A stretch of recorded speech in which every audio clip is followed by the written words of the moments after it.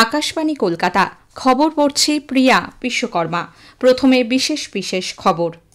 প্রধানমন্ত্রী নরেন্দ্র মোদী নেপালের বর্তমান পরিস্থিতি নিয়ে নিরাপত্তা সংক্রান্ত ক্যাবিনেট কমিটির বৈঠক করেছেন। সে দেশে উদ্ভূত পরিস্থিতির প্রেক্ষিতে বিদেশ মন্ত্রক আপাতত ভারতের নাগরিকদের নেপালে না যাবার পরামর্শ দিয়েছে। পশ্চিমবঙ্গ, উত্তরপ্রদেশ সহ নেপাল সীমান্তবর্তী রাজ্যগুলিতে উচ্চ সতর্কতা জারি করা হয়েছে। ভারত ও আমেরিকা দুই দেশ একে অপরের ঘনিষ্ঠ বন্ধু এবং স্বাভাবিক অংশীদার বলে প্রধানমন্ত্রী নরেন্দ্র মোদী জানিয়েছেন। উপরাষ্ট্রপতি হিসেবে নির্বাচিত সিপি রাধাকৃষ্ণন দেশের দ্বিতীয় সাংবিধানিক পদের নির্বাচনে এই জয়কে জাতীয়তাবাদী মতাদর্শের জয় বলে উল্লেখ করেছেন। উচ্চ মাধ্যমিকের প্রথম সেমেস্টার ভিত্তিক পরীক্ষা দিতে যাওয়ার সময় পথ দুর্ঘটনায় 2 ছাত্রের মৃত্যু হয়েছে। আজ বিপ্লবী যতীন্দ্র মোহন মুখোপাধ্যায় ওরফে বাঘা যতীনের 111তম আত্মবলিদান দিবস পালিত হচ্ছে। আসছে বিস্তারিত খবরে। প্রধানমন্ত্রী নরেন্দ্র মোদী নেপালের বর্তমান পরিস্থিতি নিয়ে গভীর উদ্বেগ প্রকাশ করে সে দেশের শান্তি প্রতিষ্ঠায় নেপালের জনগণকে এগিয়ে আসার আবেদন জানিয়েছেন। নেপালের বর্তমান পরিস্থিতি নিয়ে আলোচনা করতে প্রধানমন্ত্রীর পৌরোহিত্যে গতকাল নিরাপত্তা সংক্রান্ত ক্যাবিনেট কমিটির বৈঠক বসে। পরে সামাজিক মাধ্যমে এক বার্তায় প্রধানমন্ত্রী বলেন, নেপালের ঘটনা দুঃখজনক। সে দেশে যুব সম্প্রদায়ের প্রাণহানিতে ক্ষোভ প্রকাশ করে শ্রী মোদী সে দেশের স্থিতিশীলতা, শান্তি ও উন্নয়নের ওপর বিশেষ গুরুত্ব আরোপ করেন। এদিকে নেপালের রাজনৈতিক পরিস্থিতি আজও উত্তপ্ত। এর প্রেক্ষিতে এয়ার ইন্ডিয়া এবং ইন্ডিগো কাঠমান্ডুর মধ্যে চলাচলকারী সব বিমান পরিষেবা স্থগিত রেখেছে। এয়ার ইন্ডিয়া ও স্পেস জেট আজ বন্ধ রেখেছে কাঠমান্ডুর বিমান পরিষেবা। উদ্ভূত পরিস্থিতির প্রেক্ষিতে বিদেশ মন্ত্রক ভারতের পর্যটকদের আপাতত নেপাল ভ্রমণে না যাওয়ার পরামর্শ দিয়েছে। সে দেশে থাকা ভারতীয়দেরও সব রকম সতর্কতা বজায় রাখার পাশাপাশি খুব দরকার ছাড়া বাইরে বেরোতে নিষেধ করা হয়েছে। স্থানীয় প্রশাসনের পাশাপাশি নেপালে ভারতীয় দূতাবাসের পরামর্শ মেনে চলতে বলেছে মন্ত্রক। অন্যদিকে অশান্ত নেপালে স্বাভাবিক অবস্থা ফিরিয়ে আনতে নেপালি সেনার সহযোগিতায় সামরিক সদর দপ্তর জাঙ্গি আড্ডায় গতরাতে জেন জির প্রতিনিধিদের সঙ্গে এক বৈঠক অনুষ্ঠিত হয়। জেন জির বিভিন্ন শাখার প্রতিনিধিরা সেনাপ্রধান অশোক রায় সিগডেলের সঙ্গে সেনা ছাউনিতে গভীর রাতে বর্তমান পরিস্থিতি নিয়ে আলোচনা করেন। বরিষ্ঠ এক নেপালি সেনা আধিকারিক একে আনুষ্ঠানিক বৈঠক না বলে জেন জির দৃষ্টিভঙ্গি বোঝার প্রথম প্রচেষ্টা বলে বর্ণনা করেছেন। দেশের নিরাপত্তার সামনে যে চ্যালেঞ্জ দেখা দিয়েছে তার প্রেক্ষিতে সেনাবাহিনী বিশেষ নিরাপত্তা ব্যবস্থা গ্রহণ করেছে। সেনাবাহিনী দেশের মানুষকে লুঠতরাজ, অগ্নিসংযোগ ও বিশৃঙ্খল আচরণ বন্ধ করার আবেদন জানিয়েছে। নেপাল সেনাবাহিনীর পক্ষ থেকে বলা হয়েছে, কাঠমান্ডুর বানেশ্বরে রাষ্ট্রীয় বাণিজ্য ব্যাংকে ডাকাতির ঘটনায় যুক্ত 5 ব্যক্তিকে গ্রেপ্তার করা হয়েছে। দেশের বর্তমান পরিস্থিতির সুযোগ নিয়ে লুঠতরাজ ও অন্যান্য বেআইনি কাজের জন্য কাঠমান্ডু ও দেশের বিভিন্ন স্থান থেকে গ্রেপ্তার হয়েছে 21 জন। প্রতিবেশী দেশ নেপালে উদ্ভূত সংকটের প্রেক্ষিতে উত্তরপ্রদেশ নেপাল সীমান্তবর্তী এলাকায় রাজ্য সরকার উচ্চ সতর্কতা জারি করেছে। সীমান্তবর্তী জেলাগুলির নিরাপত্তা আরও জোরদার করতে অতিরিক্ত পুলিশ বাহিনী মোতায়েন করা হয়েছে। নেপালে আটকে পড়া ভারতীয়দের সহায়তায় লখনৌয়ে পুলিশের হেডকোয়ার্টারে খোলা হয়েছে 24 ঘণ্টার বিশেষ কন্ট্রোল রুম। নেপালের পরিস্থিতি সংক্রান্ত যে কোনো পোস্ট নিয়ে যাতে বিভ্রান্তি না ছড়ায় পুলিশের সোশ্যাল মিডিয়া ইউনিটকে সেদিকে নজর রাখতে বলা হয়েছে।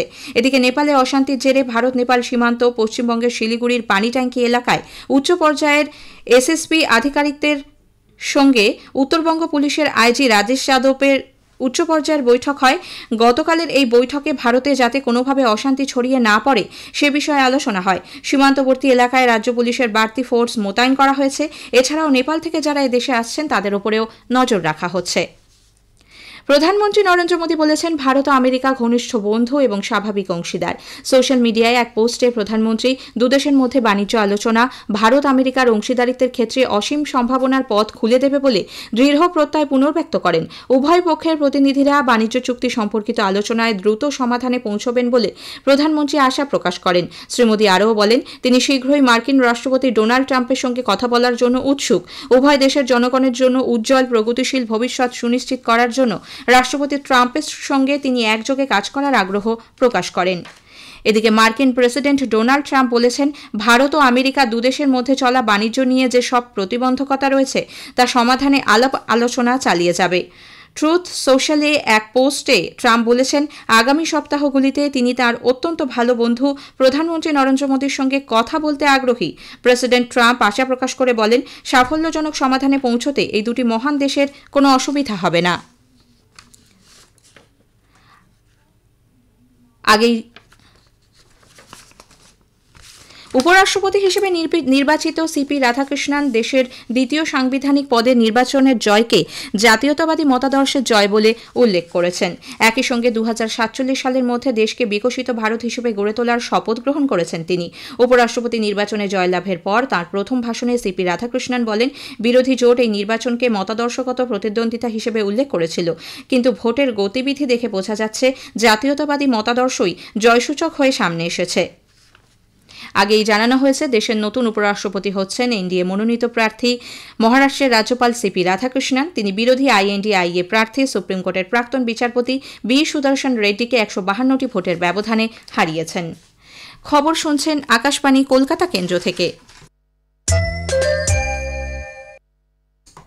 আমাদের সংবাদ শোনা যাচ্ছে ইউটিউব চ্যানেল আকাশবাণী সংবাদ বাংলা, ফেসবুক ও ইনস্টাগ্রাম আকাশবাণী সংবাদ কলকাতা এবং এক্স হ্যান্ডেল AIR নিউজ কলকাতাতে।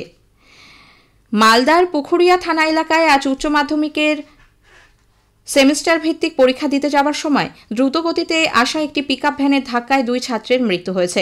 তন্ময় প্রামাণিক ও মোহাম্মদ রেহান নামে শামসি এগ্রিল হাই স্কুলের দ্বাদশ শ্রেণীর ওই 2 ছাত্র শ্রীপুর বল্লভপুর এলাকার বাসিন্দা। বাইকে চেপে উচ্চ মাধ্যমিকের ইংরেজি পরীক্ষা দিতে যাওয়ার সময় এই দুর্ঘটনা ঘটে। উচ্চ মাধ্যমিকের চলতি সেমিস্টার ভিত্তিক পরীক্ষার সময়সীমা বাড়ানো সম্ভব নয় বলে উচ্চ মাধ্যমিক শিক্ষা সংসদ জানিয়ে দিয়েছে। সোমবার থেকে উচ্চ মাধ্যমিকের প্রথম সেমিস্টার ভিত্তিক পরীক্ষা শুরু হয়েছে। এমসিকিউ প্রশ্নে ওএমআর শিটে পরীক্ষার সময় 1 ঘন্টা 15 মিনিট। তবে কিছু বিষয় এত কম সময় পরীক্ষা দেওয়া সম্ভব নয় বলে অভিভাবক ও পরীক্ষার্থীদের একাংশ অভিযোগ করেন। সোমবার পরীক্ষা কেন্দ্র পরিদর্শন করতে গিয়ে এই প্রশ্নের সম্মুখীন হতে হয়েছিল সংসদ সভাপতি চিরঞ্জীব ভট্টাচার্যকে। রাজ্য সরকার ভোটার তালিকায় বিশেষ নিবিড় সংশোধনী প্রক্রিয়ায় বিকল্প নথি হিসেবে রেশন কার্ড ও স্বাস্থ্যসাথী কার্ড অন্তর্ভুক্ত করার প্রস্তাব দিয়েছে। ইতোমধ্যেই এই সুপারিশ রাজ্যের মুখ্য নির্বাচনী আধিকারিকের দপ্তরের মাধ্যমে নির্বাচন কমিশনে পাঠানো হয়েছে। নিবন্ধিত 11টি নথির বাইরে অন্য কোনো নথি যোগ করা সম্ভব কিনা সে বিষয়ে নির্বাচন কমিশন আগেই সমস্ত রাজ্যের মতামত চেয়েছিল।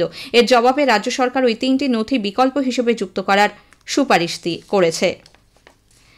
বিপ্লবী যতীন্দ্রমোহন মুখোপাধ্যায়ের 111তম আত্মবলিদান দিবস আজ। বাঘা যতীন নামে সমধিক পরিচিত এই বিপ্লবী পরাধীন ভারতে ইংরেজ শাসনের বিরুদ্ধে সশস্ত্র আন্দোলনে ঝাঁপিয়ে পড়েন। এখন থেকে 110 বছর আগে ওড়িশার বালেশ্বরের চষাখণ্ডে দেশের স্বাধীনতা আন্দোলনের এক অসাধারণ অধ্যায় রচনা করেছিলেন বাংলার বিপ্লবী বাঘা যতীন ও তাঁর 4 সহযোগী। আজ সেই পঞ্চশহীদকে বিনম্র শ্রদ্ধায় স্মরণ করা হচ্ছে।